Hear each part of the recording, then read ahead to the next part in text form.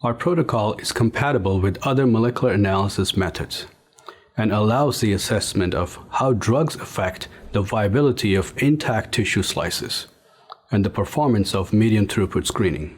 The main advantage of this technique is that we can measure the viability of a whole tissue slice in real time with very little pre- or post-processing. This technique accelerates preclinical drug development in oncology by testing drug candidates on tissue slices acquired directly from patient tumor tissue samples. Our real-time tissue viability assessment method is quite versatile and can be applied to cancer biology, neuroscience, and developmental biology studies.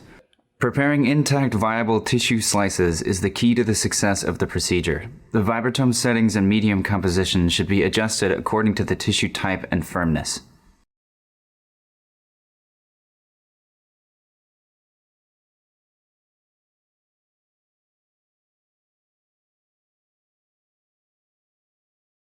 On the day of the tumor tissue slice acquisition, aliquot 250 microliters of tissue slice culture medium per well in a 24-well plate and place one tissue culture insert into each well. Then place the plate in a 37 degrees Celsius humidified incubator with 5% carbon dioxide until use. To acquire tumor tissue fragments, submerge the tumor tissue in ice-cold HBSS in a 10 cm culture plate and use a scalpel to cut the tissue in half.